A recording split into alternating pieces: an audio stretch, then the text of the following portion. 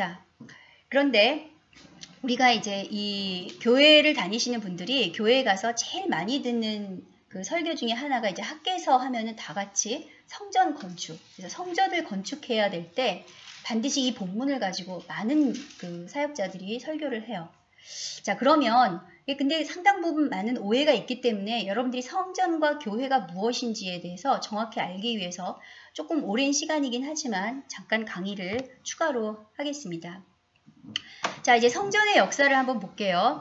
모세의 그 성막을 보시면은 그 모세의 성막이 BC 1500년에 그 광야 가운데서 하나님의 임재로 이제 시작을 했죠. 자, 그 다음에 1성전이 솔로몬 성전이고, 그 다음에 2성전, 3성전, 적그리스 성전, 그리고 천년왕국 성전, 에스겔 성전, 그리고 천년왕국이 지나면 성전이 이제 없어져요. 하나가 돼버리니까. 자, 하나씩 볼게요. 그래서 성막이 처음으로 성막 형태로 왔을 때는 이것을 모세가 그냥 임의로 만든 게 아니라 하나님이 그대로 보여주신 거를, 하늘에 있는 거를 보고 카피를 한 거예요. 그래서 모형을 만들어 놓은 거예요. 땅에다가. 그래서 거기에서 하나님께서 내가 너희와, 자, 출애굽기에 나오죠. 출애굽기 29장에서 내가 거기서 너희와 말하고 네게 말하겠다. 그래서 성소, 장막, 회막, 뭐 증거막 다 같은 말이에요. 하나님의 집. 이 구조는 어떻게 돼 있냐? 이 성소가 있고 지성소가 있죠. 그래서 성소에는 금향로, 등잔대, 떡상이 있는데 이게 전부 예수님을 상징을 해요. 그리고 법궤도 예수님을 상징하죠. 진리이신, 그리고 말씀이신 예수님을 상징을 하죠. 자, 솔로몬의 이제 성전을 이제 지었어요. 성막으로 더 이상 있지 말고 내가 하나님을 위해서 집을 짓겠다. 그래서 솔로몬이 성전을 지었는데 이 성전의 구조가 아까 성막의 구조랑 비슷한 구조로 크기나 이제 재료나 이제 바꾼 거죠. 근데 이 자리가 어디였냐면 아브라함이 이삭을 바치려고 했던 그 모리아산 장소였어요. 굉장히 웅장했죠. 그러나 이렇게 웅장하고 아름다웠지만 에스겔 8장에서 보는 것처럼 이 안에서 크고 가증한 일들을 했어요. 그래서 하나님이 결국 이 성소를 떠나시기로 결단을 하시죠. 뭐 여기 사역자부터 온 백성이 가서 가증스러운 일을 했다 그랬어요. 우상숭배를 했었어요. 자, 그래서 에스겔 9장에 이제 하나님이 그 문지방부터 이렇게 떠나시는 장면이 보이죠. 그래서 BC 586년도에 성전이 파괴되고 유다가 멸망을 했어요. 자, 근데 BC 586년도 아부월 8월 9일인데 이걸 기억을 해두세요. 자, 그리고 나서 에스겔 11장에 보면은 하나님께서 이제 어디로 가세요? 자, 지금 이스라엘 땅에 안 계세요. 어디로 갔어요? 예, 갈대아 땅, 바벨론 땅으로 가서 다니엘과 그리고 그들의 친구들과 하나님을 믿고 그 진리를 지키는 그 사람들과 함께 가셔서 거기에서 잠깐 그들에게 성소가 되어주신 거죠. 자, 그리고 오늘 우리가 본문 배웠던 수룹바벨 성전과 이어지는 헤롯 성전. 그리고 잠깐 그 다음에 또 무슨 일이 일어나냐면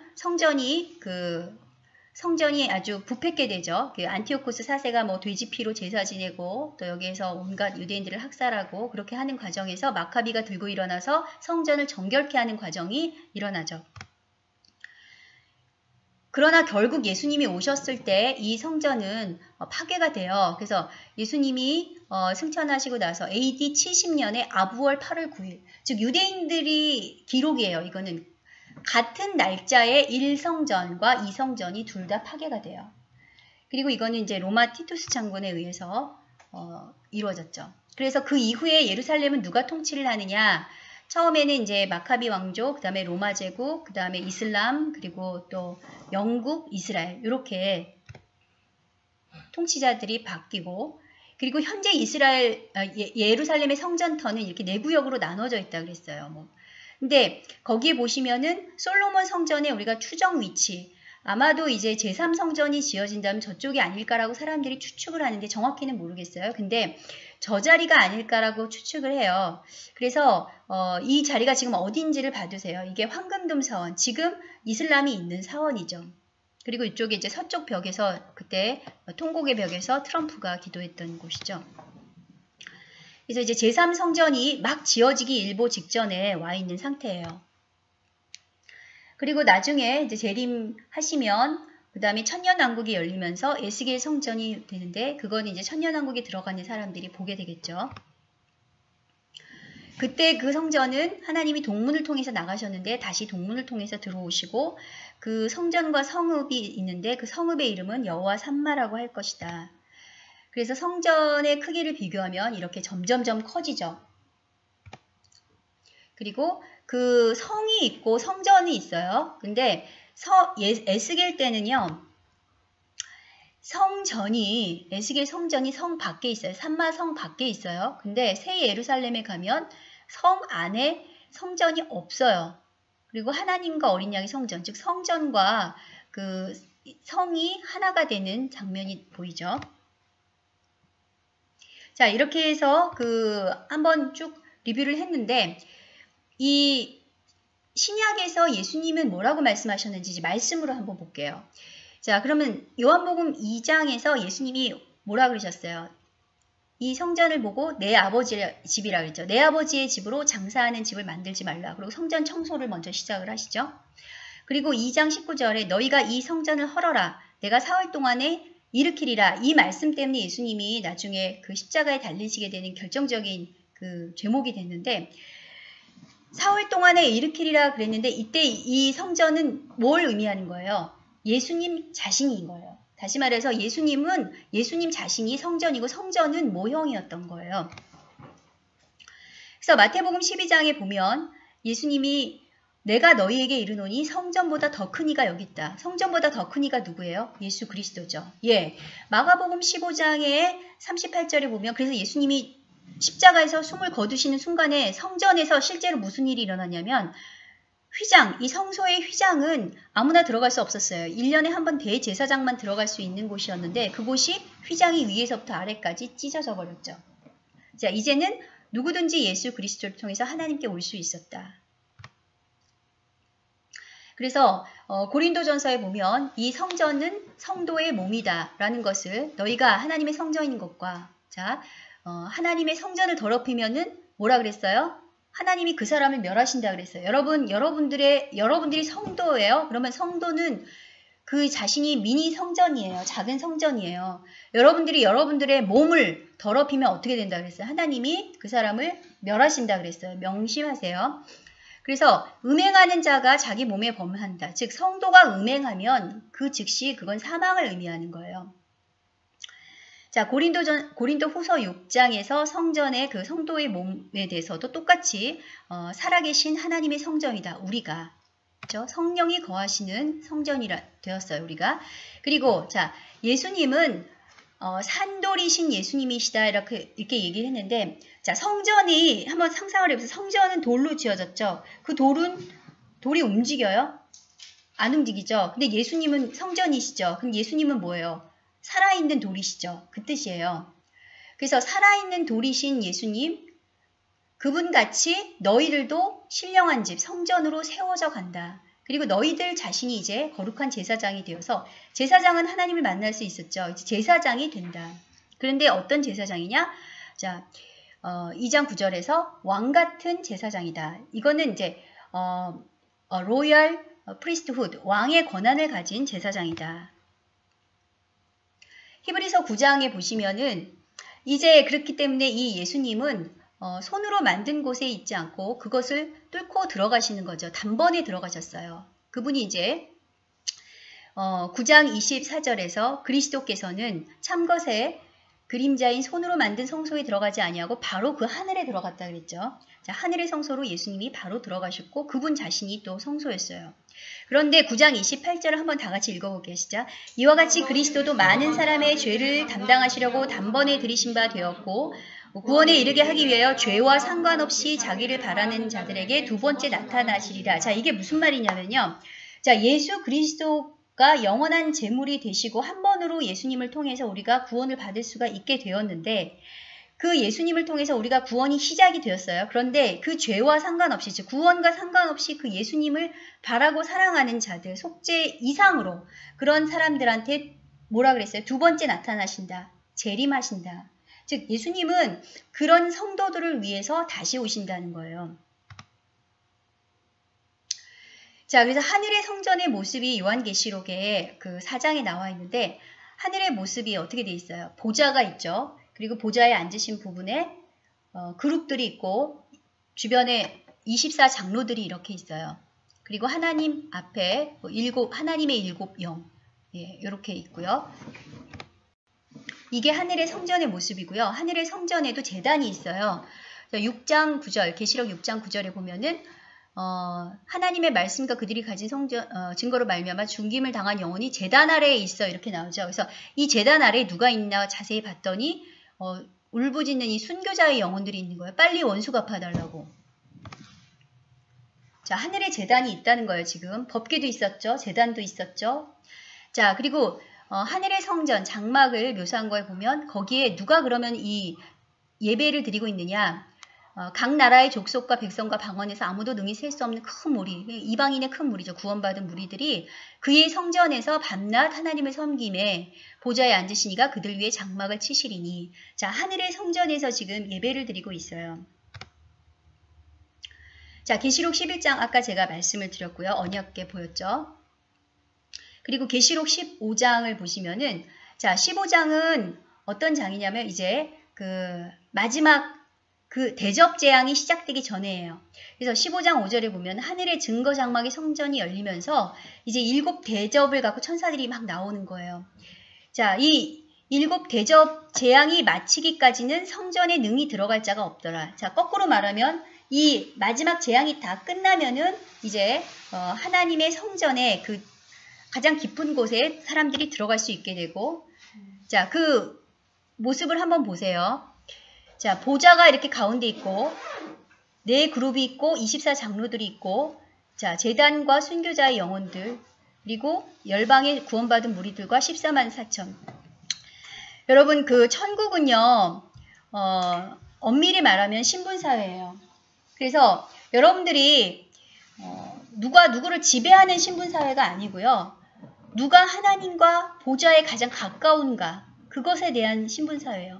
그러면 뭐 나는 상관없어. 그냥 구원만 받으면 돼. 이렇게 생각하시는 분들은 그냥 그 자체가 그 천국에서는 영원히 그 신분이 낮은 신분이라고 보시면 되세요.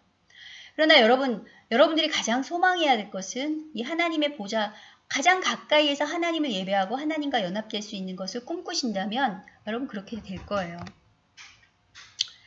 그래서 계시록 21장의 그 마무리는 어떻게 되냐. 성전의 마무리는 21장 22절에 성 안에서 그 성전을 보지 못했다 그랬어요. 근데 그 전에 뭐라고 얘기하냐면 이 거룩한 성 새 예루살렘이 새 하늘과 새 땅이 될 때 하나님의 그 장막이, 그러니까 신부처럼 내려오는데 하나님의 장막이 사람들과 함께 있게 된다는 거예요. 다시 말해서 하나님의 장막, 즉 성막, 성전이 사람들과 완전히 연합되는 그 상황이 거룩한 성 새 예루살렘이 되는 거예요. 이해 가시겠어요? 자, 그렇게 해서 그 안에서 더 이상 별도의 성전이 보이지 않았던 거예요. 자, 그러면 여러분들이 이제 교회에 가면 매일 그 교회냐, 성전이냐, 건물이냐 굉장히 헷갈리죠. 자, 60, 70년대까지만 해도 사실은 이게 용어가 구분이 돼 있었어요. 그래서 예배당과 교회는 달랐어요. 교회는 사람들을 의미했고 예배당은 건물을 의미했어요. 그런데 어느 순간부터 교회 이퀄 성전 이퀄 건물 이 공식이 되기 시작하면서부터 뭐 이런 여러분들이 뭐 건축 헌금, 뭐 벽돌 뭐 이런 거 많이 해봤죠. 그리고 성전 세운다 그러면서 뭐 땅 투자 이런 그 사기들 여러분 많이 봤죠. 자, 그럼 실제 그 성경에서 보는 교회당의 역사는 어떻게 돼 있는가? 실제 보시면은 이게 예루살렘 교회예요. 자, 예루살렘 교회는 집이었어요. 보면 전부 집이죠. 집. 즉, 처음에 예루살렘 교회는 마가의 엄마 마리아의 집에 있는 다락방이었는데 그 다락방이 조그만 다락방이 아니고 한 120명 되는 거실이에요. 자, 교회는 원래 이랬다는 거예요. 그 안디옥 교회도 사실은 이제 연구를 해보시면 아시겠지만 아마 구레네 시몬의 집이 아니었을까, 뭐 다른 집도 있겠지만 주도는 그렇게 했던 것 같아요. 그리고 빌립보 교회는 루디아의 집이었고요.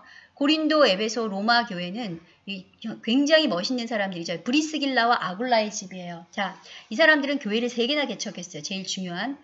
그 다음에 데살로니가 교회는 야손이라는 회당장의 집이었고요. 라우디게아 교회는 눈바라는 여자의 집이었고 골로새 교회는 빌레몬의 집이었어요. 자, 여러분 지금 제가 얘기하는 게 제 설이 아니라 지금 성경에 있는 거 그대로 제가 지금 찾아서 얘기하는 거예요.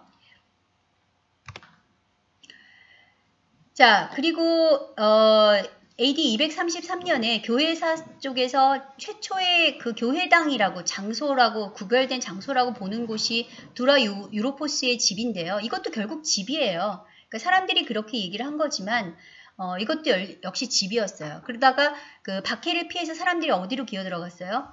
카타곰 또는 갑바도기아, 이게 지하로 동굴 교회가 생긴 거죠. 근데 재밌는 게 이제 그때 처음 초창기 예수님의 벽화를 보면 머리가 짧아요. 이제 그러던 것이 나중에 이제 그 콘스탄티누스 황제에 의해서 그 집에서 하는 것이 불법이 돼요. 건물을 짓게 되죠. 자, 그러면서 나중에 예수님 벽화도 달라지죠. 자, 머리가 길고 수염도 길어지고. 자, 이렇게 해서 교회당이 콘스탄티누스 황제가 기독교를 공인하기 시작하면서 이제 로마 미트라교를 짬뽕을 했다 그랬잖아요.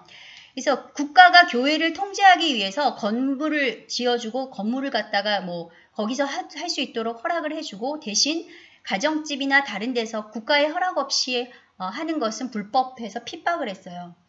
자, 그래서 이 대성당을 보시면은 이 콘스탄티누스 개선문이에요. 그래서 그걸 안에다가 끼워 놓고 짬뽕을 해서 만들었는데 이게 제일 많이 하는 바실리카 양식이라 그래서 입구가 있고 회중석이 있고 성소가 있고 그 다음에 안에 이게 들어가요. 자, 여기서 지금 제일 중요한 건 뭐냐면 이게 모든 교회도 성당도 다 똑같은 양식이 되는데 회중과 설교자가 분리가 되죠. 잘 보세요. 그래서 앞에서 성직자의 자리와 이게 분리가 돼서 마치 구약에서 말하는 성소와 지성소의 개념으로 분리가 되기 시작해요. 자, 그러면서 이제 계급이 형성이 되기 시작하죠. 자, 교회당 역사에서 지금 근현대교회 보시면 처음에 이게 지금 조나단 에드워즈, 미국의 제일 유명한 목사님이시죠. 청교도 목사님이신데 이분이 1727년 당시 그 심호했을 때 교회 모습인데 원래 교회 모습이 어땠냐면 1655년에 어땠어요? 그냥 통나무집이었어요. 집이에요. 그냥 통나무집. 자, 이게 교회였는데 이게 점점 이제 뾰족한 모양으로 바뀌고요. 그 유명한 우리 스펄전 목사님이 설교를 너무 많이 해서 사람들이 막 몰리니까 또 강당을 이렇게 크게 지었죠. 아직도 있어요. 자, 그 다음에 우리 그 미국의 세들백 교회, 다 유명한 교회들이죠. 윌로우 크릭 교회라고 다 미국 10대 교회 안에 들어가는 교회들이죠. 이 큰 교회, 호주의 힐송 처치는 뭐 다 아실 텐데 이렇게 유명한 교회들에서 지금 뭐 하고 있어요? 크리슬람 운동이라고 해서 기독교와 이슬람을 하나로 만드는 운동을 하고 있어요. 자, 그 다음에 미국의 윌로우 크릭 교회당의 빌 하이벨스 목사는 이 사람 올해 그 성추행 의혹으로 은퇴했고요. 싱가포르의 제일 큰 교회였던 시티 하페스트 교회가 있어요. 여기에 이 목사님이 그 홍희 목사님이셨는데 이분이 조용기 목사님을 멘토로 했던 그 목사님이에요. 근데 이분 어떻게 됐어요? 공금횡령죄로 지금 들어가 계세요. 징역 들어가 계시고 이 와이프가 지금 이게 포르노가 아니고요. 이 와이프가 목사예요. 목사 안수 받은 사람인데 이런 그 유튜브에 저기 뭐죠? 뭐라 그래야 돼? 뮤직비디오? 네, 뮤직비디오를 이런 거를 찍었어요. 자, 이게 지금 뭔가 지금 교회의 역사가 잘못됐기 때문에 뭔가 사람들이 어디서부터 잘못됐는지를 갖다가 우리가 찾지 않으면 이 뿌리를 바꾸지 않으면 열매는 계속해서 잘못된 열매가 맺힐 수밖에 없어요. 자, 그래서 처음으로 한번 돌아가 볼게요. 자, 교회라는 말을 제일 먼저 성경에서 쓰이기 시작한 거는 예수님이세요. 예수님이 마태복음 16장에서 제일 먼저 쓰셨는데 그게 자 16장 18절에 내가 이 반석 위에 내 교회를 세우리니 이랬어요. 자, 이때 상황이 무슨 상황이냐면 예수님이 제자들한테 물어봤어요. 야, 니들은 나를 뭐라고 생각하냐? 누구라고 생각하냐? 그랬더니 베드로가 손들고 주는 그리스도시요 살아계신 하나님의 아들입니다. 이렇게 얘기를 했어요. 그랬더니 예수님이 칭찬하시면서 내가 이 반석 위에 내 교회 에클레시아를 세우겠다 이렇게 얘기를 하셨어요. 자, 그럼 세우는 주체는 예수 그리스도시죠. 자, 그리고 이 반석은 그럼 누굴까요? 이 반석을 베드로 자체로 보는 것이 로마 카톨릭의 해석이에요. 그래서 로마 카톨릭은 이 교황, 초대교황 바울을 놓고 바울을 또 교황이라 그랬어요. 그 사람들이. 근데 이 반석 위에 세운 것이기 때문에 교회의 권위가 음부의 권세를 이길 수 있다. 이렇게 얘기를 하는 거고요. 자, 여기서 진짜 성경적인 해석은 뭐라 그랬어요? 이거는 신앙 고백이라 그랬죠. 주는 그리스도시요 살아계신 하나님의 아들이시니다라고 고백하는 그 고백 자체예요. 그리고 이 교회의 권위는 이 교회의 권위, 교회의 말을 잘 듣지 않으면 불신자처럼 여겨라. 몇 번 얘기하다가 그 얘기를 할 때 또 한 번 교회라는 말이 18장에 쓰이죠. 자, 그러면 교회는 어떻게 탄생이 됐는가? 오순절날 기도하던 제자들에게, 마가의 다락방에서 기도하던 제자들에게 성령이 임재하시죠. 성령이 충만함을 받고 그들이 이제 베드로가 나가서 뭐라고 얘기하냐면 회개하고 죄사함을 받으라 그랬어요. 그때 몇 명이 더해졌다 그랬어요? 3,000명이에요. 그러면 처음 이제 그 120명에서 3,000명이 된 거예요. 그러면 3,000명에 곱하기 2를 하세요. 여자들까지 하면. 여자들이 안 써 있으니까. 그럼 6,000명이죠. 거기다가 뭐 청장년 20세 미만은 사람 취급을 안 했으니까. 그거 다 합치면 어떻게 돼요? 거의 한 6,000에서 8,000명 이상이 이때 하루에 생긴 그 성도 수였어요. 그래서 어마어마했대요. 뭐 갑자기 이제 침례를 주려니까 난리가 났겠죠.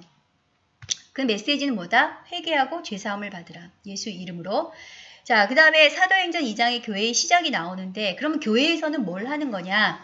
처음에 가르침, 즉 말씀 선포가 있어야 되죠. 그 다음에 교제가 있어요. 그리고 기도하는 곳이에요. 그래서 서로 모여서 기도를 하는 거예요. 공동체예요. 그 다음에 서로 물건을 통용한다 필요를 따라서. 자, 이게 무슨 얘기냐면, 자, 내가 지금 집이 2채가 있어요. 그러면 집이 없는 사람한테 한 채를 빌려줄 수 있는 거죠. 돈 안 받고. 무슨 얘기인지 아시죠? 초대교회는 그렇게 했다는 거예요. 그러면 이게 지금 현대 시대에서 이게 왜 안 되냐? 이유 중에 하나가 뭐냐면 너무 사람들이 악해요. 그러면 그것을 받은 사람은 거저 받았으니까 또 자기처럼 없는 사람을 위해서 자기의 물건을 통용을 해야 되는데 그걸 갖다가 예를 들어서 몇 배로 또 뻥튀기해서 팔아버려요. 자, 이런 악한 세대이기 때문에 지금 이게 안 되는 건데 사실상 원래 교회는 뭐냐면 공산주의가 아니라 자발적으로 자기한테 내가 연필 2개 있으면 하나가 필요한 사람한테 필요 없으면 하나를 주는 게 이런 공동체였다는 거죠. 그렇게 하면서 모이기를 힘쓰며 교제를 했을 때 따로 전도를 하지 않았는데도 뭐라 그랬어요? 구원받는 사람들을 날마다 더하게 하셨다. 이들의 하는 그 모임의 형태를 보고 모든 사람들이 막 와서 점점점 교회가 왕성하게 됐다라는 거예요. 자, 그런데 사도행전 이제 7장부터 중요한 메시지가 나와요. 교회는 그럼 언제부터 있었을까? 자, 집사 스데반이 일어나서 설교를 해요. 자, 이 설교를 가지고 스데반이 결국 순교를 하게 되는데 이 설교에서 마지막 그의 유언 같은 설교에서 뭐라 그러냐면 자, 너희들은 모세 같은 선지자를 통해서 우리가 함께 광야에서 7장 38절에 자, 우리 조상들과 함께 다 같이 광야 교회에 있었고 자, 광야 교회라는 말을 쓰죠. 그럼 뭐예요? 천막 공동체 이때 있었을 때 이것을 뭐로 보는 거예요? 교회로 보는 거죠. 자, 그래서 이렇게 이 교회가 나중에 하나님의 처소를 만들기 위해서 솔로몬이 성전을 만들었다. 그러나 하나님은 이런 그 집에 이 손으로 만든 곳에 계시는 분이 아니시다. 이 얘기를 하면서 집사 스데반이 뭐라고 얘기를 하냐면 진짜 성막인, 진짜 성전인 예수님이 오셨다. 그 의인이 오셨다. 근데 너희가 죽였다. 그 얘기를 하는 거예요. 7장 52절에. 너희가 그 의인을 잡아준 바요. 자요. 살인한 자가 됐다. 이 말을 듣고 그들이 마음에 찔려 어떻게 해요?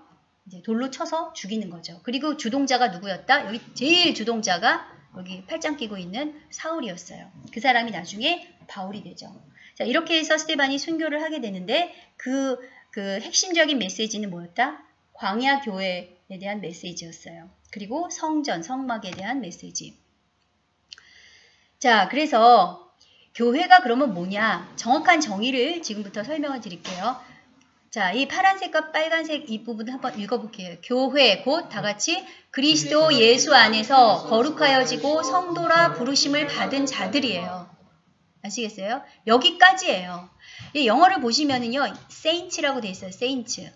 성도들이라는 얘기예요. 거기다가 합쳐서 with 각처에서 우리 주 그들과 우리 주 대신 예수 그리스도의 이름을 부르는 모든 자들. 그러나 교회의 정의는 뭐냐면 성도라 부르심을 받은 자들이라는 게 정답이에요.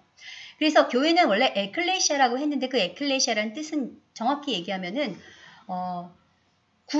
지금 전쟁하러 가기 위해서 로마에서 지금 쓰던 용어예요. 그 회의에 사람을 부르는 거예요. 군인으로 부르고 재판으로 불렀던 거예요. 그래서 불러낸 무리 또는 거룩한 공동체라는 뜻으로 이 에클레시아를 불렀었던 말이고 예수님이 이것을 교회라는 말에 쓰셨다는 거죠. 자, 그러면 교회와 그리스도와 성전의 관계를 한번 볼게요. 어떻게 돼 있어요? 자, 광야 교회에서는 성막을 중심으로 교회가 이렇게 둘러싸고 있죠. 그런데 자, 신약에 와서 뭐라 그랬어요? 자, 일반 개인 한 사람 한 사람이 우리 몸이 성령의 전이라 그랬어요. 성전이에요. 그 미니 성전들이 모여서 교회를 이루고 있죠. 그런데 그 교회는 예수 그리스도의 몸이고 그 몸의 머리인 예수님은 그 몸의 머리이신 거예요. 그래서 교회는 몸이고 그리고 예수님은 그 교회의 머리시다. 이게 에베소서 1장 22절이죠. 자, 그 다음에 에베소서 2장에서 이 2장 20절부터 그 비밀이 나오는데 뭐냐면 예수님이 기초인 모퉁이 돌이 되시고 그 다음에 그 안에서 건물마다 서로 연결하여서 주 안에서 성전이 되어간다는 거예요. 자, 이거 자체가 이제 성전이죠. 예수님 자체가 성전인데 그 성전에 이 작은 성전들의 모임인 교회가 모여서 한 몸이 되어서 이것이 여기서 멈추는 것이 아니라 중요한 게 뭐다? 자라난다. 자라나서 어디까지? 하나님이 거하실 처소, 마지막에 거하실 그 처소까지 그리스도 예수 안에서 함께 지어져 간다. 이것이 진정한 성전의 정의인 거예요. 자, 이해 가세요? 어려우시죠? 자, 그 다음에 에베소서 4장 교회 직분의 역할. 자, 그러면은 초대교회는 그러면 어떤 사람들이 직분을 맡았을까? 네, 보시는 것처럼 사도, 선지자, 복음전도자, 목자, 교사, 뭐 다스리는 자, 병 고치는 자. 지금 제가 다 읽으려고 해도 숨이 차요. 몇 명이에요? 굉장히 많죠? 이거보다 더 많았어요. 다시 말해서 집단 지도 체제라고도 할 수 있고 예수 그리스도를 중심으로 해서 은사 공동체예요. 모든 사람이 다 하나님으로부터 받은 은사를 가지고 이렇게 함께 공동체를 만드는 게 교회였어요. 그런데 그러면 이 직분의 목적은 뭐냐? 사명은 뭐냐? 성도를 온전케 해서 그리스도의 몸을 세우는 것이에요. 자, 여러분, 어떤 그 집사가 이게 WCC를 반대하면서 그 어떤 총회장한테 가서 이렇게 하시면 안 됩니다. 그랬더니 그 총회장 목사가 당신 뭐야? 그래서 집사인데요. 집사 주제 이렇게 얘기를 했어요. 자, 여러분. 이게 말이 안 되는 거예요. 이 교회는 자체가 그 계급 구조가 아니었다는 거예요. 무슨 얘기인지 아시겠죠? 예수 그리스도를 중심으로 모두 은사 공동체예요. 이렇게 해서 그들이 몸을 자라게 하는 것이 목적인 거예요. 자, 그러면 이 교회의 역사를 한번 살펴볼게요. 이 초대교회와 크게 보면은 교회 역사가 초대교회, 중세교회, 그 다음에 종교개혁교회, 말세교회 이렇게 봐요. 자, 광야교회는 아까 제가 설명드렸으니까. 자, 그러면 초대교회를 우리가 계시록을 가지고 뭐 에베소 서머나 교회다, 중세교회를 버가모 두아디라 교회다, 종교개혁을 또 사대교회다, 말세교회를 비달디빌리아 그리고 라우디게아 교회다 이렇게 얘기를 하는 것을 세대주의적 해석이라고 하는데 그렇게 볼 수도 있고 그것이 틀린 건 아니에요. 그것도 맞는데 동시대에 이런 교회가 존재할 수 있죠. 우리 시대에도. 자, 그 얘기를 하는 거예요. 그래서 교회가 예수님이 다시 오실 때까지 이 땅에 존재할 수 있는 모든 형태의 교회를 말한 거다. 이렇게 생각하시면 될 것 같아요. 그래서 실제 물론 그 시대에도 이런 교회가 소아시아에 있었어요. 소아시아에. 여러분들이 아마 터키 여행이나 이런 데 가시면은 보시게 될 거예요. 자, 이 7교회에 하나님께서 그 편지를 쓰신 것이 요한계시록 2장, 3장의 내용인데요. 자, 에베소 교회를 보시면은 자, 이 에베소 교회는 첫사랑을 잃어버린 교회예요. 그래서 이단하고 막 싸우다가 이제 지쳐서 첫사랑을 많이 잃어버렸는데 자, 이들이 니골라당의 행위를 미워한다 그랬을 때 이 니골라당이라는 말이 나와요. 그래서 이게 니골라 집사가 나중에 배도해서 영지주의로 갔나 이렇게 보는 해석도 있고 또 하나 요즘 제일 중요하게 보는 해석이 뭐냐면 니카오라는 말은 정복하다는 뜻이고 라오스라는 말은 평신도예요. 다시 말해서 이때 이제 평신도를 성직자라는 이름으로 정복하는 즉 성직 계급이 생기기 시작하는 어떤 조짐이 보였다. 또 그런 움직임을 하는 사람들이 있었는데 그것을 교회에서 그런 행동을 못하도록 막았다. 이렇게 해석할 수도 있다는 거죠. 그래서 실제로 우리 그 사도행전을 보면은 바울 팀은 어떻게 했는지를 보시면은 가장 그 건전한 모습이 나오죠. 일하면서 복음을 전했던 초대교회 주역들을 한번 보세요. 자, 루디아라는 그 여자가 빌립보 교회를 개척을 하는데 이 사람은 자주 자색 옷감 장사였다 그랬어요. 굉장히 그 비즈니스를 잘했던 사람이죠.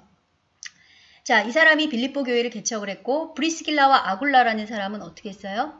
자, 이 사람은 그 이동식 주택업자였어요. 천막을 만드는. 근데 바울도 똑같은 직업을 갖고 있어서 바울하고 세 사람이 동업을 하죠. 근데 이분들이 개척한 교회가 고린도, 에베소, 로마 교회예요. 자, 그리고 의사 누가는 계속 의사로 활동을 했죠. 아볼로라는 사람은 문헌에 의하면 세공업자였다 그랬어요. 지금으로 말하면 엔지니어 같은 사람이죠. 자, 그런데 2장 9절에 한번 다 같이 읽어볼게요. 시작. 형제들아, 우리의 수고와 애쓴 것을 너희가 기억하리니 너희 아무에게도 폐를 끼치지 아니하려고 밤낮으로 일하면서 너희에게 하나님의 복음을 전하였노라. 뭐라 그랬어요? 밤낮으로 일하면서 복음을 전했다 그랬죠. 네?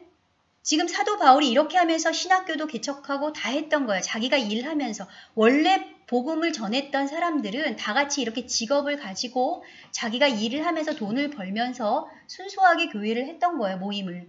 그런데 이게 어느 순간부터 이제 변질이 되기 시작을 한 거죠.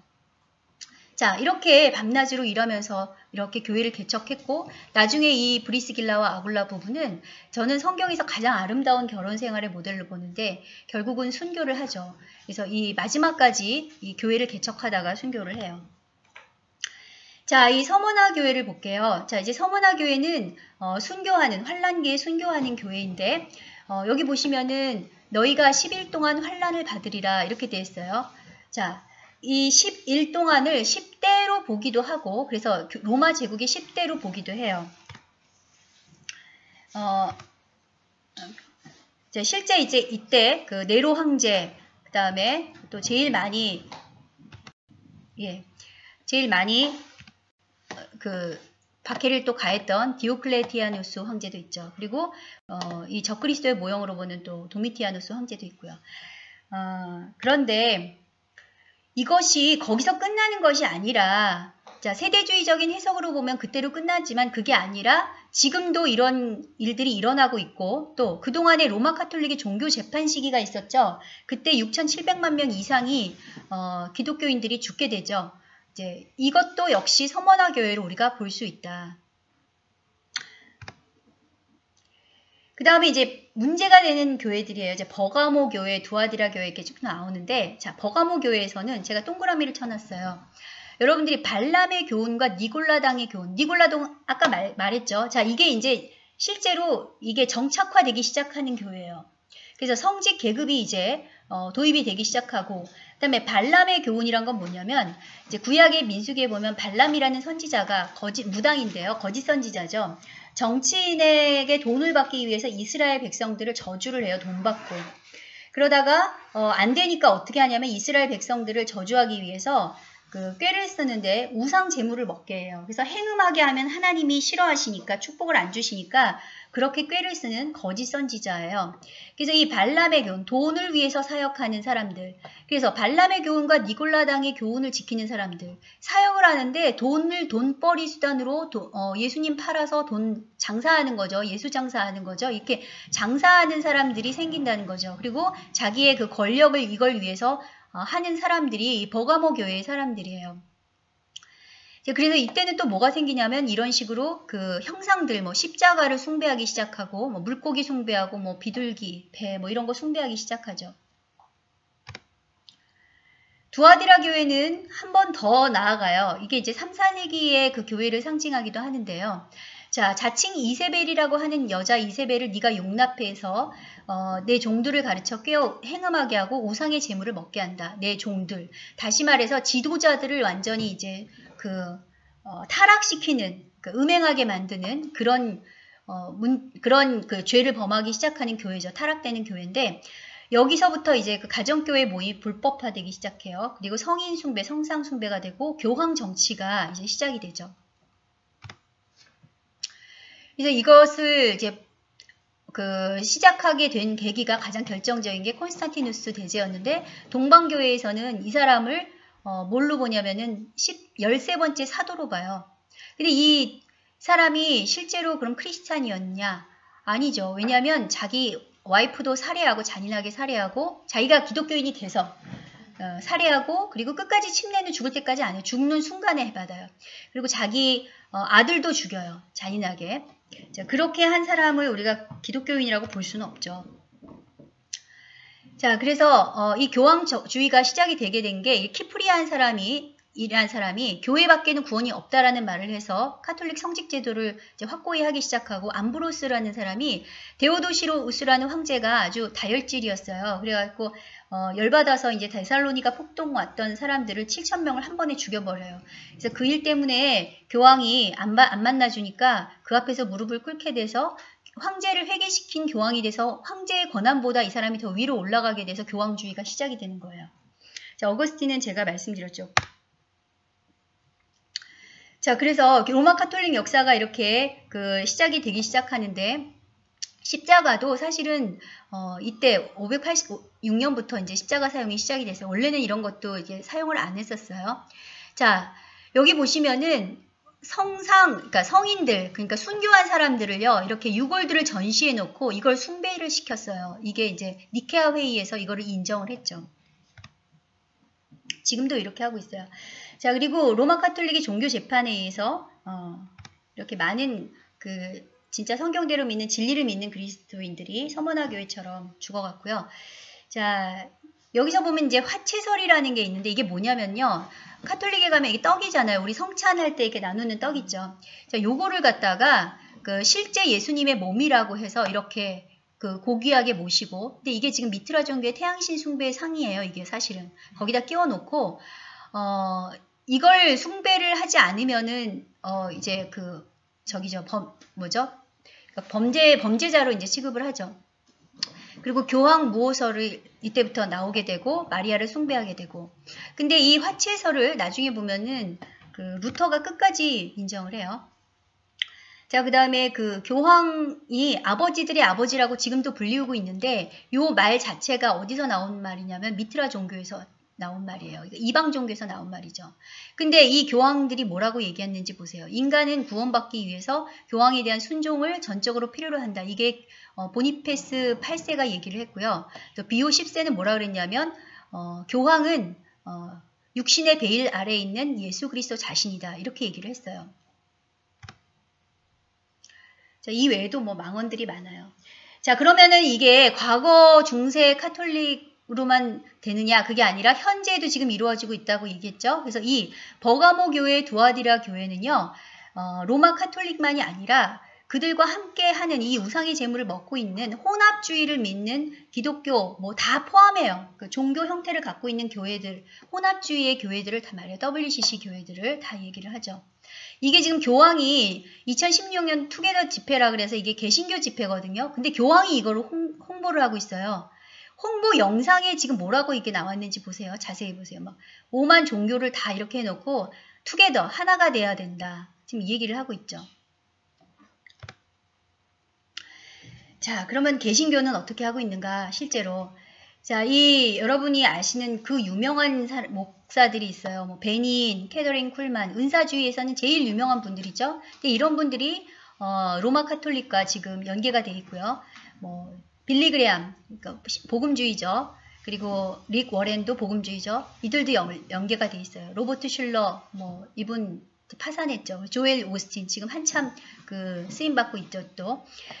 그 다음에 이제 제일 충격적인 것이 예수전도단의 로렌 커닝햄이랑 그 다음에 아이압의 마이클 비클이에요. 그러니까 가장 사람들이 믿었던 개신교 지도자들이 지금 이렇게 또 교황과 연계가 되고 있어요. 교황을 이제 실제로 아버지라고 하는 것도 제가 직접 들었어요. 자, 그리고 4대 교회를 보시면 4대 교회는 종교개혁 교회를 상징하기도 하고 또 신조만을 위해서 하다가 실제로 진리를 놓치는 교회를 상징하기도 해요. 자, 이렇게 많은 종교 개혁자들이 있었는데 루터를 한번 볼게요. 먼저. 자, 루터가 종교 개혁을 했죠. 로마 카톨릭이 면죄부를 팔았어요. 이 면죄부가 뭐냐면, 자, 자기 가족이 지금 연옥에, 그러니까 지옥과 천국 사이에 연옥에 있다는 거예요. 그 연옥에 있는 가족을 천국으로 보내기 위해서 헌금을 많이 하면 할수록 좋은 자리로 간다 해서 교회에서 이걸 갖다가 면죄부를 팔았어요. 그 가족들한테. 근데 이거를 보고 있다가 더 이상 못 참겠다고 들고 일어난 게 루터였어요. 그래서 루터가 이 95개조 반박문을 가지고 비텐베르크 성당에다 붙이고 이제 개혁을 시작을 한 게 1517년 10월 31일이었어요. 그런데 그래서 이제 개신교에서는 종교개혁의 아버지로 보는데 이 루터가 사실은 개혁한 이 종교가 불완전한 종교개혁이었다. 아직 완성된 것이 아니다. 이 얘기예요. 자, 왜 그런지를 한번 볼게요. 그의 스승이었던 스타우피치가 뭐라 그랬냐면 지금 우리가 보니까 개혁을 한답시고 들리는 거 보니까 입술로만 하는 복음이 들린다. 자, 믿는 자는 선행을 할 필요가 없다는 바보들은 보아라. 자, 그러면서 설득을 했는데 결국 루터가 결별을 해요. 자, 이 부작용이 뭐가 되냐면 루터가 붙잡았던 이 복음은 갈라디아서였어요. 2장 16절에 사람이 의롭게 되는 것은 율법의 행위로 말미암이 아니 오직 예수 그리스도를 믿음으로 말미암다. 자, 이걸로 이제 갈라디아 복음이라고 하는데요. 자, 이 본문에 또 우리나라는 여기다 하나 더 붙여서 오직이란 말을 붙였어요. 원문에는 없는 오직이란 말을 붙여서 이게 교리가 돼버린 거예요. 그래서 이신칭이라는 건 뭐냐면 입술로 고백해서 믿기만 하면 누구든지 천국 간다라고 하는 거예요. 그런데 그것은 사실상 이 면죄부보다 더 나쁜 거예요. 왜냐하면 면죄부는 돈 주고라도 팔았지만 여기는 지금 돈 한 푼 안 들이고 그냥 입술로만 고백하면 천국 간다 이렇게 도장을 꽝 찍어버린 거예요. 자, 그런데 실제 성경에서는 뭐라 그랬어요? 예수께서 사람이 나를 사랑하면 내 말을 지키리니. 자, 믿는 것이 진짜 예수님의 말을 지키는 사람으로 믿는다면 그러면 이 말이 맞을 수도 있어요. 그런데 그렇지 않게 돼버린 것이 문제인 거죠. 자, 그것뿐만이 아니라 아까 말씀드린 대로 성직 계급도 그대로 지속을 했죠. 그리고 유아 세례도 지속을 했고 국가교회 체제도 지속을 했고 중요한 게 화채설, 아까 얘기했던 거 그거 그대로 지속을 해요. 루터는. 그래서 이것 때문에 쯔빙글리랑 갈라지게 되고요. 아까 말씀드린 그 오직이란 말은 원래 본문인 하박국에도 없는 말인데 써서 이제 이것만이 구원에 이르는 길인 것으로 사람들한테 얘기를 하겠죠. 근데 믿음이 행동이 따르지 않는 머리의 신조로만 끝나버리는 것이 불완전한 계획이 된 거죠. 자, 그럼 이 성직 역사는 어떻게 됐을까요? 원래는 12사도, 사도와 집사, 그리고 선지자들, 교사들로 이렇게 되어 있었죠. 이미 있었어요. 그리고 여러 가지 다양한 은사들 하는 그 은사 공동체였다 그랬어요.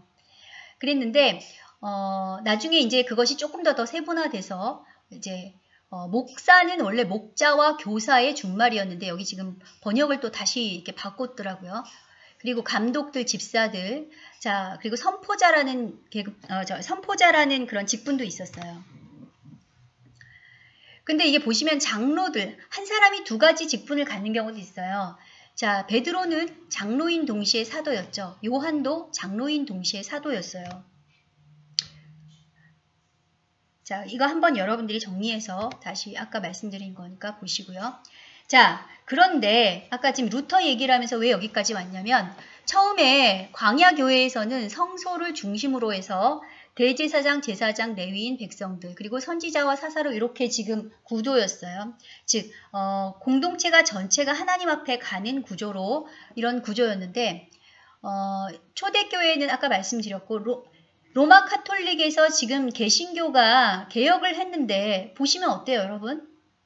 지금 똑같아요, 사실은. 자, 교황 밑에 추기경, 주교, 신부, 평신도들. 자, 개신교에서는 뭐예요? 목사 밑에 전도사, 장로, 권사, 안수집사, 그 다음에 집사, 교사, 그 다음에 밑에 평신도들. 그래서 목사는 또 여기에 계급이 있어요. 총회장, 뭐 노회장에서 쭉 감독 이렇게 있어요. 자, 이게 왜 위험하냐면요, 여러분. 만약에 이 리더가 정말로 그 깨어있는 리더면은 이 구조가 유효하게 활동할 수도 있어요. 최대한 양보해서 그럴 수도 있다고 쳐요. 그런데 문제는 뭐냐면요. 사람은 완전하지 않다는 거예요. 자, 그래서 지금 종교 통합을 하면서 이 계급이 그대로 지금 여기로 똑같이 통합을 하자는 걸로 지금 가고 있어요. 그러면 어떻게 되냐? 신앙과 직지 일치를 하면서 총회장이요. 여기 추기경급으로 가요. 자, 그러면은 이 사람들이 같이 합치면 어떻게 돼요? 그 위에 누가 있어요? 교황이 있죠. 자, 실제 이게 지금 일어나고 있는 현실이에요. 2014년도에 이미 우리나라에서 신앙과 직제 협의회가 창립이 됐어요. 그래서 이렇게 직제를 갖다가 하자고 하는 것에 대해서 어떤 교단이 여기에 지금 참여했는지 여러분들이 한번 보시고 직접 찾아보시길 바래요. 자, 그 다음에 칼빈의 미완의 종교개혁을 볼게요. 자, 칼빈은 장로교의 시초죠.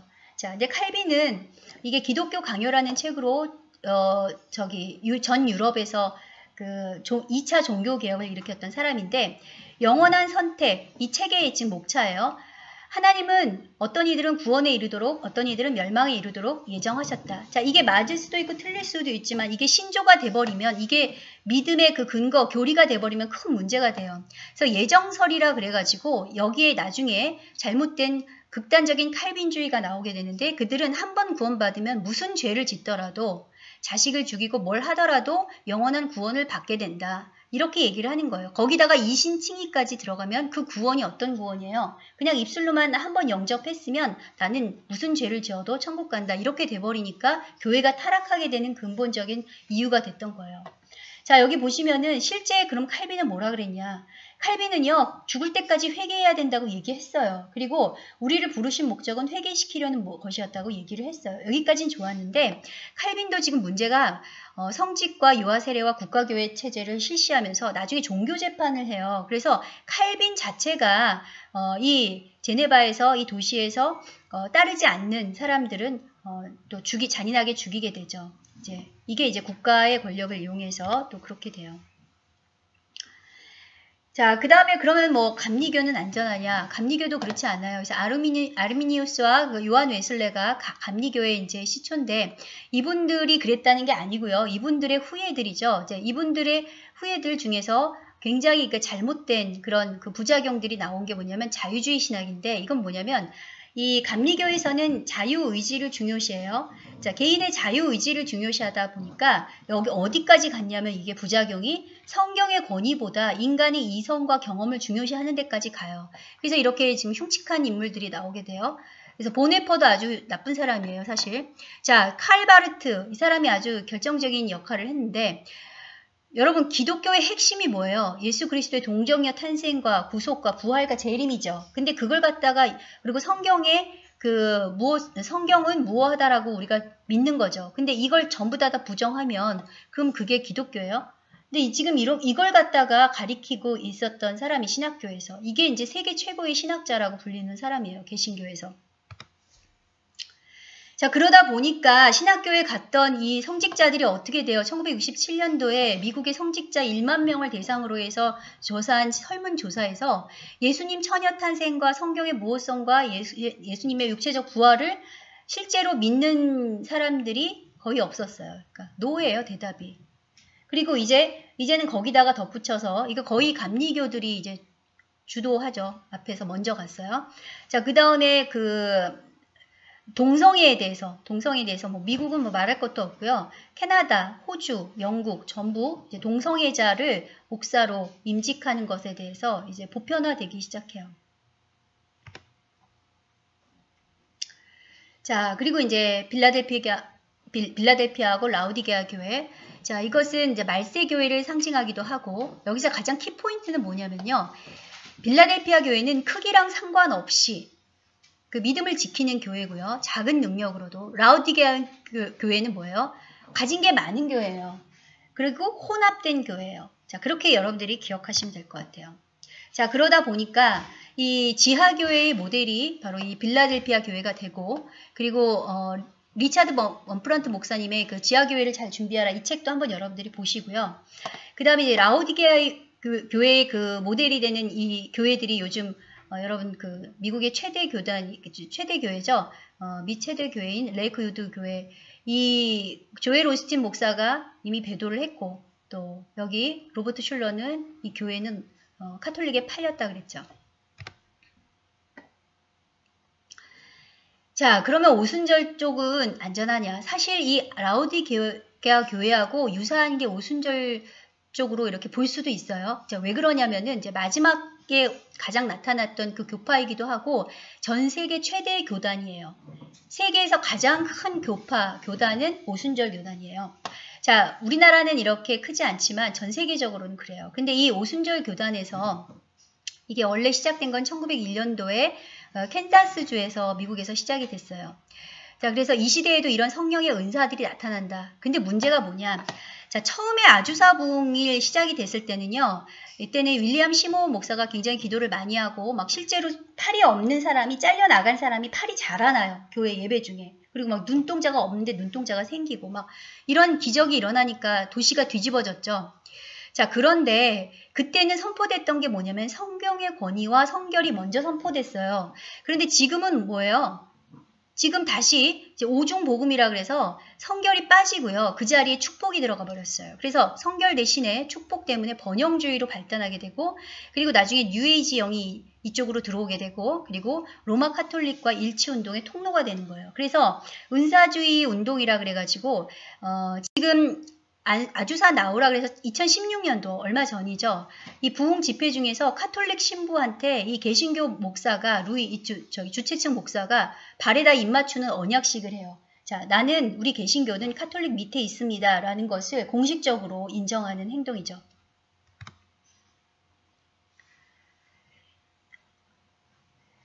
자, 그래서 가장 큰 그런 교회는 뭘까요? 전 세계에서 지금 WCC 교회예요. WCC가 뭐냐? 이게 이제 기독교 연합 단체이자 이 자체가 교회예요. 세계 교회 협의회인데요. 개신교에서 일어난 그러니까 카톨릭은 자꾸 찢어져 있잖아. 카톨릭은 하나인데 개신교는 자꾸 찢어져 있잖아. 그러니까 이 덩치를 키우고 조직력을 갖추기 위해서 하나로 뭉쳐야 돼 해서 조직을 이렇게 하나로 뭉친 게 WCC예요.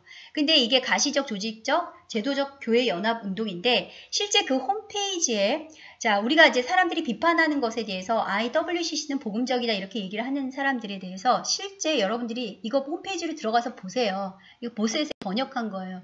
자, 거기에 뭐라고 돼 있냐면 종교다원주의에 대해서 뭐라고 하냐면 자기들은 발음 문서인데요. 구원을 예수 그리스도에게 국한시키는 신학을 넘어서야 된다. 그리고 타종교와 대화에 임해야 되고 종교다원주의와의 대화적 실천은 기독교인들이 마땅히 해야 될 일이다 라고 얘기를 하고 있어요.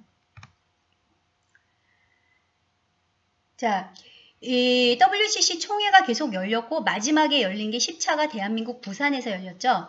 자, 이거 뭐 종교다원주의는 말할 것도 없고 그 다음에 이제 동성애 성직자 지지하고 나중에는 북한 인권 무시하고 그리고 용공주의 이쪽으로 지금 가고 있어요. 공산주의를 원래 찬양하는 데서 시작이 됐어요, 사실은. 그래서 자, 1차 총회를 보면은 왜 이들의 움직임이 이렇게 갈 수밖에 없는가 보면은 이 시작을 했을 때 1차 총회의 총장이었던 캔터베리 대주교가요. 프리메이슨 그랜드 라지 회원이었어요. 원래. 그러니까 이거는 프리메이슨에서 사실 만든 거예요. 자, 이런 얘기를 하면은요. 제가 이제 사역자들하고 얘기를 해요. 저는 이제 딱 먼저 앉아서 WCC 찬성하시냐고 물어보고 만약에 찬성한다고 하시는 분들하고는 그다음부터 말을 안 해요. 자, 그런데 이 WCC에 대해서 WCC는 선교운동이다, 복음적이다라고 얘기하는 분들이 주장하는 게 뭐냐면 이거예요. 이게 처음에 시작이 된 게 선교운동에서 시작이 된 거다, WCC는. 근데 정말 그런지 한번 볼게요. 자, WCC의 모체가 되는 단체가 WEF예요. WEF는 세계복음주의 연합인데요. 이게 1948년도에 시작이 됐는데 이게 영국 프리메이슨 그랜드 라지에서 시작이 된 거예요. 자, 그런데 이 복음주의 연맹 WEA가 그 후속, 그러니까 WCC하고 같이 이렇게 시작이 되게 되는데요. 문제가 뭐냐면 여기에서 나오는 역사적 공동 선교 문서라고 지금 나오죠. 이게 지금 뉴스 기사예요. 거기에서 이 사람들이 합쳐가지고 나오는 얘기가 뭔지를 보면은 이 본질을 알 수가 있어요. 뭐라고 했어요? 복음 전도할 때 다른 종교에 대해서 거짓 증거하지 말고 개종시키는 행위에서 분별력을 갖고 다른 종교와 관계를 증진시켜라. 타종교와 대화를 계속해서 지속을 하고 그리고 타종교와 이해를 증진시키고 타종교 단체들과 범종교적 시민단체들 활동에 협력해라. 자, 이렇게 지금 공동 선교 문서를 발표를 했어요. 결국 그 한 집안 식구라는 것을 여러분들이 알 수 있고요. 이게 우리나라에서도 개최가 됐죠. 그래서 이 WCC를 창설했던 그 주도자는 록펠러의 후원을 받았던 선교운동가 존 모트였어요. 자, 이제 우리나라로 가봅시다. 자, 우리나라에 보시면은요, 이 WCC에 원래 반대하는 사람들이 모여서 만든 게 한기총 CCK였어요. 근데 지금 이 홈페이지에요. 지금 제가 따로 자료를 찾은 게 아니고, 자, 홈페이지에 가서 여러분들이 누구든지 볼 수 있는데, 이 준비위원회를 한번 보시면 교회 일치, 남북협력, WEA, 여기는 이제 WEA에 가입이 돼 있어요. 근데 여기 왜 지금 이 사람이 여기 왜 와 있는지 모르겠어요. 자, 근데, 자, 한기총 대표 회장이 누군지 한번 보시고요. 여기에.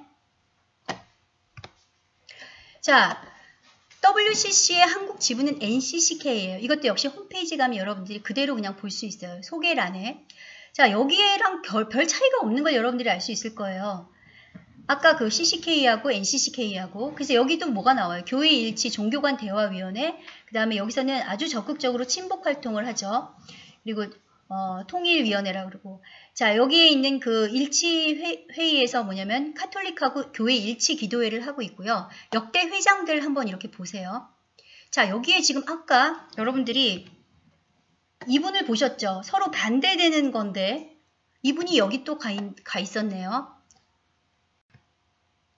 자, 그러면 최근에 지금 교계에서 뜨거운 이슈가 되고 있는 이 발언, 북한 김정은 위원장이 답방하면 환영해야 된다라는 이 발언에 출처가 이게 왜 이렇게 나왔는지 그 아마 뿌리를 여러분들이 이제 이해가 갈 거예요. 그 행보 자체가 뭐냐면 이 올바른 복음주의적인 얘기를 하는 그것은 극보수로 보고요. 지금 WCC의 활동을 이미 2011년도부터 하고 계셨어요. WCC는 지극히 복음적이라고 이분이 얘기를 한 거죠. 자, 그러다 보니까 지금 당연히 이런 말이 나오고 또 명성교회 사태에 대해서도 역시 편을 들어주는 말을 하죠. 세습이 아니라 승계다. 자, 건강한 보수와 진보가 나라를 건강하게 만든다. 그리고 옛날에 했던 말은 보수와 진보를 아우르면서 사역을 하겠다. 뭐 이런 얘기를 했던 분이세요. 자, 교황의 지금 최근에 나온 얘기인데요. 2014년도에 교황이 바티칸 교황청에서 그 세계 종교 리더들을 다 모아놓고 2020년까지 노예제도를 종식시키겠다는 서약을 했어요. 자, 여기까지는 좋아요. 근데 이 노예제도가 뭔지 그리고 서약을 하면서 그 의미가 뭔지가 몰랐는데 지금 최근에 여기 인도에 있는 한 사역자가 어제 지금 나온 것 같아요. 근데 네덜란드 헤이그 평화궁에서 교황청에서 2020년도에 하나의 종교, 원 월드 릴리전에 대한 협약에 사인을 하기로 결정을 했다라고 얘기를 했어요. 제가 그래서 이것을 외국 자료를 찾으려고 했는데 못 찾았는데 여러분들이 한번 찾아보시고 아니면 실제 그때 무슨 일이 일어나는지 눈여겨보시면 될 것 같아요. 자, 그러면은 가장 중요한 WCC에 대한 성경적 반박을 볼게요. 자, 네 손에서 둘이 하나가 되리라 그랬는데 자, 여러분 에스겔서 37장 이 본문을 많이 사용하는데요. 여기서 이 둘은 뭐예요? 로마 카톨릭과 개신교가 아니고요. 유다 지파와 에브라임 지파, 다시 말해서 남북 이스라엘의 회복을 얘기하는 거예요. 마지막 때. 그리고 요한복음의 14장에 보면 분명히 뭐라 그랬어요? 예수 그리스도로 말미암지 않고는 아버지께로 올 자가 없다 그랬죠. 자, 사도행전 4장 12절 다 같이 한번 읽어볼게요. 다른 이로서는 구원을 받을 수 없나니 천하 사람 중에 구원을 받을 만한 다른 이름을 우리에게 주신 일이 없음이라 하였더라. 분명히 성경에 이렇게 적혀 있는데도 왜 이것을 갖다가 부정을 하고 자꾸 예수 외에도 길이 있다고 하는 걸까요? 자, 에베소서 4장 3절을 보고 이 사람들이 뭐라 그러냐면 자, 성령이 하나 되게 하신 것을 힘써 지키라 그랬으니까 그렇게 한다. 근데 영어 원문을 보면 뭐예요? 유니티죠? 이미 하나예요. 거룩한 교회는 하나가 되려고 노력할 필요 없이 이미 하나예요. 근데 뭘 그거를 또 하려고 하냐는 이거죠. 요한복음 17장 17절에 자, 하나가 된 것 같이 하나가 되는 이 부분은 전제 조건이 뭐라 그랬어요? 그들을 진리로 거룩하게 하옵소서. 자, 진리가 우선이죠. 그 진리가 뭐예요? 예수 그리스도죠. 예수 그리스도가 진리죠. 예수 그리스도로 거룩하게 될 때에 그들이 하나가 될 수 있는 거죠. 근데 예수 그리스도를 포기하면 어떻게 돼요? 하나가 될 수 없는 거죠, 당연히. 자, 그래서 마지막 때는 이렇게 교회가 구분이 갈 겁니다. 그리고 이미 그렇게 가고 있고요. 자, 그럼 여러분들은 이제 선택을 하셔야 돼요. 좁은 길, 진리의 길은 많이 사람들이 찾지를 않아요. 그러나 많은 사람들이 가는 이 길은요, 종교의 형태를 가지고 있고, 그리고 유명한 사람들, 그 목사 유명해? 나 들어봤어. 뭐, 유명하고 크고, 성도수가 몇 명이야. 뭐, 이런 걸로 따지면서 이렇게 가시는 분들 있죠? 어디로 가는지 한번 보세요. 여러분, 제가 정말 존경하고 믿었던 분들도 속절없이 무너지고 있어요. 사람을 믿지 마세요. 교회는요, 이렇게 성숙한 교회가 있어요. 빌라델피아 교회나 서문화 교회처럼 성숙한 교회가 있지만 아직 자라지 않은 어린이 교회가 있어요. 자, 이런 사람들은 이 유명세를 보고 막 쫓아가려고 해요. 자, 여기에는 정말 바른 지도자가 필요해요. 그런데 이제 문제가 되는 이 병든 교회들 있죠. 알지만 행동을 안 해요. 진리가 뭔지도 알아요. 성경도 잘 알아요. 행동 안 해요. 그러니까 쉽게 감염이 되는 거예요. 손을 씻어야죠. 손을 안 씻으면은 감기 걸리고 배탈 나잖아요. 그러니까 자꾸 그 거룩을 안 지키니까 환자가 되죠. 환자가 되니까 어떻게 돼요? 착각하죠. 자기가 건강하다고 착각하고 있다가 그럼 어떻게 해야 돼요? 의사가 등장을 해서 절제를 하고 죄를 제거하고 수술하고 연단이 필요한 거죠. 그래야지 낫게 되는 거죠. 그거 못 견디면 어떻게 돼요? 죽는 거죠. 나머지 가짜 교회들은 뭐 불못으로 가는 거예요. 이건 도둑들이에요. 자, 이렇게 해서 여러분 성전의 역사와 또 우리 교회의 역사에 대해서 한번 다 전체적으로 살펴봤어요. 자, 성경에서 말씀하시는 그 교회라는 것이 그래서 건물의 교회를 의미하는 것이 아니다. 그 교회라는 것이 뭐라 그랬어요? 예수 안에서 거룩하여지고 성도라 부르심을 받은 사람들의 모임, 공동체다. 이것을 한번 우리가 살펴봤고요. 그리고 장소 개념은 지상 성전은 예루살렘 성전 한 곳에 존재하는 거니까 우리가 교회를 성전이라 그러면 돼요, 안 돼요? 아니에요. 우리 교회 예배당은 성전이 아니에요. 자, 그리고 사람들도 성전으로 지어져 가고 있는 거죠. 자, 영적인 의미로 성전은 뭐라 그랬어요? 하나님의 임재, 그리고 예수 그리스도 자신이 완전히 연합된 교회가 최종적으로 성장하여 완성될 하나님의 나라고요. 교회는 예수님의 몸이고 신부이고 그리고 죄와 싸워 이기는 공동체 군대다. 자, 그게 가장 큰 목적이다. 이것을 우리가 살펴보았어요. 자, 교회를 구성하는 성도들 한 사람 한 사람 개인이 이미 거룩한 성령이 거하시는 작은 성전을 의미한다고 했죠. 그리고 이렇게 작은 성전들이 모인 교회는 그 자체가 그리스도의 몸이 돼서 세상 역사가 마치는 순간까지 계속 성장하도록 되어 있어요. 자, 그럼 세상 역사가 언제쯤 끝이 날까요? 그것은 바로 그리스도의 몸된 교회가 가장 아름답고 완벽한 신부의 모습으로 자라서 그 신부와 혼인하러 신랑이 올 때예요. 결혼식 날 신랑과 신부가 비로소 완전한 하나가 되는 것처럼 성전의 중심이신 그리스도와 성전의 몸, 즉 다자란 아름다운 그의 신부된 교회가 연합할 때 교회는 비로소 영원한 하나님의 임재 아래 거하게 되고 연합된 한 몸, 그 자체가 완전한 성전이 돼서 더 이상 그 별도의 성전이 없는 아까 말씀드린 대로 새하늘과 새 땅의 시대가 열리는 거예요. 자, 그러나 그날이 올 때까지는 아직 이 땅의 성전은 공사 중입니다. 건물의 성전과 화려한 교회당을 말하는 것이 아닙니다. 하나님의 백성들의 부르심의 진정한 목적과 정체성이 무너지고 그리스도의 몸된 거룩한 교회에 침투해 들어오는 죄의 세력들, 종교다원주의, 동성애, 공산주의, 주체사상, 번영주의 이런 것들의 파상 공세에 성도들은 지금 지치고 무력해져서 다시 오실 주님을 맞이할 성전 재건 공사가 지연되고 있습니다. 그런데 주의 성전이 황폐해진 이때 교회가 평안하고 안주하며 하나님으로부터 축복을 말하는 것이 정상일까요? 진리를 알지만 행하지 못하는 교회는 미성숙한 것도 아니고 이미 심하게 병이 든 교회입니다. 병든 교회를 살리는 방법은 고난과 연단밖에는 없습니다. 이러한 상태가 계속 지속이 된다면 교회는 외부로부터 죄를 제거하기 위한 수술적인 요법, 즉 환란이 올 수밖에 없습니다. 환란을 통해서 오염된 부분이 제거되어서 다시 살아나는 교회도 있을 것이고 견디지 못하고 그대로 사망해서 가짜 교회들처럼 불못에 던져지는 교회도 있을 것입니다. 무너진 성전을 어떻게 재건할 수 있을까요? 가만히 앉아서 자기 만족을 위한 종교 생활에 빠진 자들과 예수님의 이름으로 대가를 바라고 복음을 파는 사꾼 목사들, 한 입으로 두 신을 찬양하는 우상 숭배자들은 거룩한 성전 재건에 참여할 수도 없고 하게 해서도 안 됩니다. 사방에서 공격해 들어오는 죄의 세력들과 혼합하지 말고 그들의 달콤한 유혹에 넘어가지도 말고 종교의 기만을 진리로 냉철하게 분별하고 양의 탈을 쓴 이리 같은 이 죄의 세력들과 결별하고 주의 몸된 교회를 거룩하게 지킬 수 있는 주의 참된 신부들, 충성된 군대들을 세우는 것이 바로 성전을 재건하는 일입니다. 거룩한 자들이 거룩하게 하는 것은 어렵지만 부정한 자들이 공동체를 오염시키는 것은 죄를 통해서 오염시키는 것은 너무나 쉬운 일이기 때문입니다.